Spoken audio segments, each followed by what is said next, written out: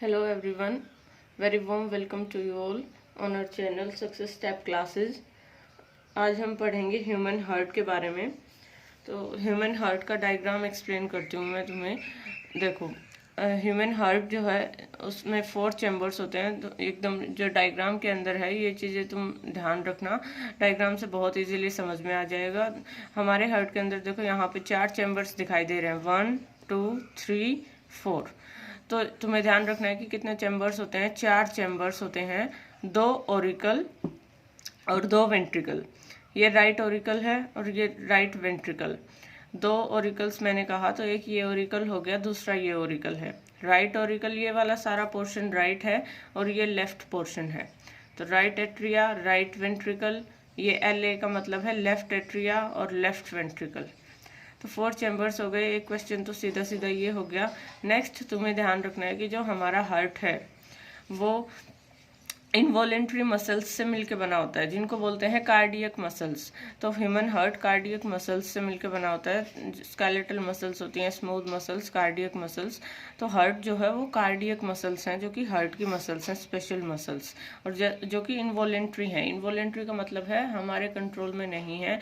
जैसे अगर हमें अपने हैंड को मूव करना है, नेक को मूव करना है, तो हम जब मन करे तब मूव कर सकते हैं। तो हमारे हाथ में, पैरों में यहाँ पे वॉलेंट्री मसल्स होती हैं जो कि हमारी विल के अकॉर्डिंग काम करती हैं। लेकिन हार्ट जो कि हमारे इंटरनल ऑर्गन्स हैं उनमें इनवॉलेंट्री मसल्स होती हैं जो हमारी इच्छा के अनुसार काम नहीं करती। उसके बाद ये जो हार्ट के बाहर तुम्हें एक ये जो कवरिंग दिखाई दे रही है, इसको बोलते हैं पेरिकार्डियम। तो ये भी, इस पे भी क्वेश्चन बनता है कि ह्यूमन हार्ट की जो कवरिंग है, 4 ऑप्शंस मिल जाएंगे तुम्हें, प्लूरा, पेरिकार्डियम, ऐसे करके डिफरेंट। तो याद रखना है कि हार्ट की जो बाहर की जो कवरिंग होती है, जो कि हार्ट को प्रोटेक्शन देती है, उसको बोलते हैं पेरिकार्डियम। नेक्स्ट पे यहाँ पे देखो तुम, ये जो तुम्हें एक छोटा सा सर्कल दिखाई दे रहा है, राइट एट्रिया जो है, इसके अंदर यहाँ पे जो ये छोटा सा सर्कल है, इसको बोलते हैं SA नोड। ये सारा मैं तुम्हें एक्सप्लेनेशन पॉइंट्स हैं उनको भी एक्सप्लेन कर दूंगी। तो ये SA नोड है, इसका काम क्या है, ये खुद से इम्पल्सिस जनरेट करता है। हमारे हार्ट के अंदर इम्पल्सिस जनरेट होते हैं। तो जो SA नोड है ये खुद से इम्पल्सिस जनरेट करता है, इसीलिए ह्यूमन हार्ट को मायोजेनिक हार्ट बोलते हैं। मायोजेनिक हार्ट इसलिए बोलते हैं क्योंकि जो हमारे हार्ट की, तुम्हें पता है हमारा हार्ट 1 मिनट में, एक नॉर्मल पर्सन की अगर हम बात करें तो नॉर्मल पर्सन में 1 मिनट में 70 से 72 बार हार्ट जो है वो बीट करता है, 72 टाइम्स। तो जो हार्ट बीट करता है उसके लिए जो इम्पल्सिस जनरेट होते हैं वो SA नोड जनरेट करता है। मतलब ये कि हार्ट हमारा जो बीट करता है वो सारा का सारा जो प्रोसेस है वो यहाँ से शुरू होता है, SA नोड से। ये SA नोड इम्पल्सिस जनरेट करेगा, वो इम्पल्सिस फिर आएंगे AV नोड के पास। यहाँ पे आने के बाद वो थोड़े से एम्पलीफाई होंगे, एम्पलीफाई होने के बाद वो इन दोनों के दोनों वेंट्रिकल्स में जाएंगे और इधर एट्रिया में और वेंट्रिकल्स में जाएंगे। उसके बाद फिर यहाँ पे सब जगह इम्पल्सिस ट्रांसमिट होंगे। उसके बाद फिर हार्ट के अंदर बीटिंग शुरू होती है। तो इसीलिए ये चीज़ SA नोड को, हमारा हार्ट जो है इसका ये SA नोड खुद से इम्पल्सिस जनरेट करता है, इसलिए इसको एक और नाम से भी जानते हैं, पेस मेकर भी बोलते हैं। SA नोड भी बोलते हैं, पेस मेकर भी बोलते हैं। और तुम्हें ये ध्यान रखना है मायोजेनिक है। इसके अलावा ये जो तुम्हें दिखाई दे रही है, superior vena cava and inferior vena cava. हमारे हार्ट का जो ये राइट वाला पोर्शन है, राइट पोर्शन के अंदर डीऑक्सीजनेटेड ब्लड रहता है। ये तुम्हें ध्यान रखना है। ये हमारी बॉडी से, डिफरेंट बॉडी पार्ट्स से वेन्स हैं जो कि डीऑक्सीजनेटेड ब्लड को लेके आई हैं। डीऑक्सीजनेटेड का मतलब होता है गंदा खून, जिसके अंदर CO2 की अमाउंट बहुत ज़्यादा होती है। तो हमारे शरीर के डिफरेंट पार्ट्स से जो भी पूरे शरीर का जितना भी डीऑक्सीजनेटेड ब्लड है वो सारा का सारा कहाँ आएगा, ये तुम्हें ध्यान रखना है। कौन से चैम्बर में आता है, राइट एट्रिया के अंदर आएगा और वेन्स लेके आती हैं। ठीक है, सुपीरियर इन्फीरियर वेना केवा नहीं भी याद हो तो सिर्फ इतना याद रख लो कि वेन्स लेके आएंगी डीऑक्सीजनेटेड ब्लड, और वो हार्ट के राइट चैम्बर के अंदर आएगा, राइट चैम्बर में आएगा। और वहाँ से वो ब्लड जाएगा राइट वेंट्रिकल के अंदर। डीऑक्सीजनेटेड ब्लड था, यहाँ से राइट वेंट्रिकल में आ गया। तो राइट वेंट्रिकल जो है, राइट एट्रिया और राइट वेंट्रिकल, इसके बीच में यहाँ पे ये जो तुम्हें एक दिख रहा है वाल्व सा, इसको बोलते हैं ट्राइकस्पिड वाल्व। इसको याद रखना है, इंपॉर्टेंट है कि राइट एट्रिया और राइट वेंट्रिकल के बीच में कौन सा वाल्व प्रेजेंट होता है, तो उसको बोलते हैं ट्राइकस्पिड वाल्व। इसका काम क्या है, ये चैम्बर जब तक फुल नहीं होगा, तब तक ये बंद रहेगा, जो भी ब्लड है वो आता रहेगा और यहाँ पे फुल होता रहेगा। जैसे ही राइट एट्रिया फुल हो जाएगा डीऑक्सीजनेटेड ब्लड से, उस टाइम पे वो प्रेशर एक्सर्ट करेगा यहाँ पे। तो जैसे ही प्रेशर एक्सर्ट करेगा तो ये खुल जाएगा, मतलब ये एक दरवाजे की तरह काम करता है। तो जैसे डोर ओपन होता है तभी हम किसी रूम में एंटर कर सकते हैं। तो जैसे ही ये वाल्व ओपन होगा तुरंत सारा का सारा ब्लड नीचे वाले चैम्बर में चला जाएगा, राइट वेंट्रिकल में। अब बात आती है कि जो ये राइट वेंट्रिकल में ब्लड आ गया, अब यहाँ से ये कहाँ जाएगा।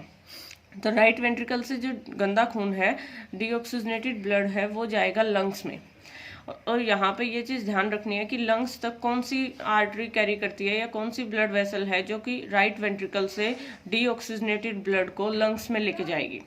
तो ये जो मैंने लेबल कर रखा है पल्मोनरी आर्टरी, मैंने तुम्हें बताया था आर्टरीज और वेन्स एक्सप्लेन की थी तब कि आर्टरीज ऑक्सीजनेटेड ब्लड को कैरी करती हैं, जबकि वेन्स गंदे खून को कैरी करती हैं, डीऑक्सीजनेटेड ब्लड को कैरी करती हैं। तो यहाँ पे मैंने वेन्स का बताया, गंदे खून को कैरी कर रही हैं वो, लेकिन ये एक एक्सेप्शन है और तुम्हें एकदम अच्छे से याद रखना है। इस पर डायरेक्ट पूछते हैं SSC में, रेलवे में, कि which blood vessel carries deoxygenated blood from right ventricle to lungs. Right ventricle से लंग्स में कौन सी ब्लड वेसल डीऑक्सीजनेटेड ब्लड को लेके जाती है।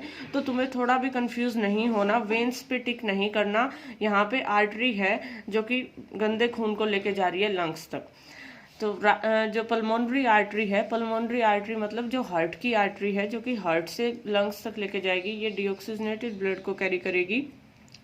अब देखो यहाँ से डीऑक्सीजनेटेड ब्लड चला गया लंग्स में, तो लंग्स में क्या होगा, लंग्स में सिंपल डिफ्यूजन के जरिए यहाँ जो ये ब्लड है इसके अंदर जितनी भी CO2 थी वो सारी की सारी CO2 यहाँ से लंग्स में चली जाएगी। और लंग्स के अंदर जो ऑक्सीजन है, हम ब्रीदिंग करते हैं तो उस टाइम पे जो ऑक्सीजन आती है हमारी लंग्स में, वो ऑक्सीजन इस ब्लड के अंदर मिक्स हो जाएगी और CO2 ब्लड से लंग्स में चली गई। तो ब्लड क्या हो गया, प्योरीफाई हो गया, उसका जो CO2 कंटेंट था वो सारा रिमूव हो गया और उसमें ऑक्सीजन ऐड हो गई। तो अब वो कैसा खून बन गया, ऑक्सीजनेटेड, साफ खून में कन्वर्ट हो गया। तो अब जो ऑक्सीजनेटेड ब्लड है, ये भी तुम्हें ध्यान रखना है, ऑक्सीजनेटेड ब्लड को दोबारा से हार्ट में लाने का काम कौन सी ब्लड वेसल्स का है। तो यहाँ पे ये भी एक एक्सेप्शन है, पल्मोनरी वेन। नॉर्मली वेन्स गंदा खून कैरी करती हैं, आर्टरीज साफ खून कैरी करती हैं, बट ये दोनों के दोनों एक्सेप्शन है और इन पे डायरेक्ट क्वेश्चन बनता है, तो इसको याद रखना। पल्मोनरी वेन जो है वो लंग्स से ऑक्सीजनेटेड ब्लड को दोबारा से हार्ट में लाएगी। तो अगर ये पूछा जाए कि which blood vessel carries oxygenated blood from lungs to left atria या फिर लंग्स टू हार्ट, तो लंग्स से वापस हार्ट में ऑक्सीजनेटेड ब्लड लेके आती है पल्मोनरी वेन्स, जो कि यहाँ पे अब जो ये ब्लड है ये ऑक्सीजनेटेड ब्लड है। और ये जो मैंने 4 दिखा रखे हैं ये तुम अगर याद करना चाहो तो कर सकते हो, वरना रहने देना। पल्मोनरी वेन जो है 2 इस लंग से आएंगी, 2 राइट लंग से और 2 लेफ्ट लंग से, तो टोटल मिला के ये बन गई 4। तुम इतना अगर ना भी याद रखो तो सिर्फ ये याद रखना पल्मोनरी वेन है जो कि ऑक्सीजनेटेड ब्लड लाएगी। और कहाँ पे लेके आएगी, हार्ट के कौन से चैम्बर में, लेफ्ट एट्रिया में, क्योंकि ये वाला पोर्शन राइट था, अब ये पूरा पोर्शन लेफ्ट वाला पोर्शन है। तो ऊपर जो चैम्बर होता है उसको एट्रिया बोलते हैं, तो लेफ्ट एट्रिया के अंदर ऑक्सीजनेटेड ब्लड आएगा लंग्स से। अब ये जो ऑक्सीजनेटेड ब्लड लंग्स से हार्ट में आ गया, अब ये ब्लड हमारी एंटायर बॉडी में ट्रांसफर होगा, जितने भी सेल्स हैं, टिश्यूज है वहां पे। तो लेफ्ट एट्रिया से पहले ये कहाँ जाएगा, लेफ्ट वेंट्रिकल में। सेम वही प्रोसेस है, जैसे ये फुल हो गया था चैम्बर, उसके बाद इस चैम्बर में ब्लड एंटर किया, सेम ऐसे ही जब तक ये चैम्बर फुल नहीं होगा तब तक ये वाल्व बंद रहेगा। उसके बाद जैसे ही लेफ्ट एट्रिया फुल हो जाएगा, तो यहाँ पे ये भी याद रखना है, लेफ्ट एट्रिया और लेफ्ट वेंट्रिकल, इन दोनों के बीच में जो चैम्बर है, सॉरी वाल्व है, उसको बोलते हैं बाइकस्पिड वाल्व। बाइकस्पिड वाल्व या फिर मिट्रल वाल्व, दोनों नाम है इसके। तो बाइकस्पिड वाल्व याद रख लेना। बाइकस्पिड वाल्व जैसे ही ओपन होगा सारा का सारा साफ खून लेफ्ट एट्रिया से लेफ्ट वेंट्रिकल में चला जाएगा। अब लेफ्ट वेंट्रिकल में सारा साफ खून आ गया, तो अब यहाँ से एंटायर बॉडी के अंदर सर्कुलेट होगा ब्लड।